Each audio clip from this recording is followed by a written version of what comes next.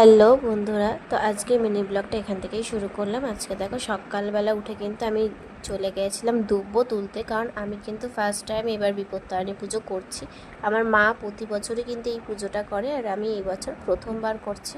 তো সারা রাত ধরে ডোর বানানোর পরের দিন কিন্তু সকাল সকাল ফ্রেশ হয়ে গেছি, যেহেতু পুজো দিতে যাব।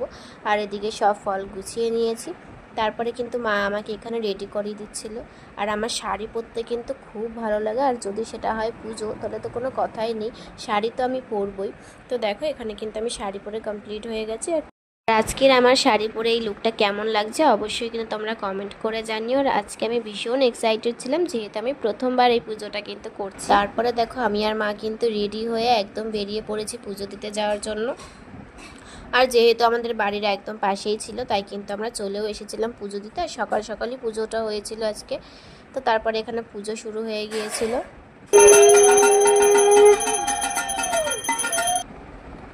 আর পুজো শেষ হওয়ার পর এখানে কিন্তু হাতে আমি ডোর বেঁধে নিলাম, নিয়ে কিন্তু উপোসটা ভেঙে আমি কিন্তু কিছু খেয়ে নিলাম। আর দুপুরে আজকে লাঞ্চে খেয়েছিলাম এখানে কিন্তু সাবু আর মিষ্টি। তো তারপরে ফল খেতে খেতে আজকে মিনি ব্লগটা এখানেই শেষ করলাম। কেমন লাগলো অবশ্যই কিন্তু জানিও, আর চ্যানেলটিকে সাবস্ক্রাইব করে কিন্তু পাশে থেকে দেখা হবে পরের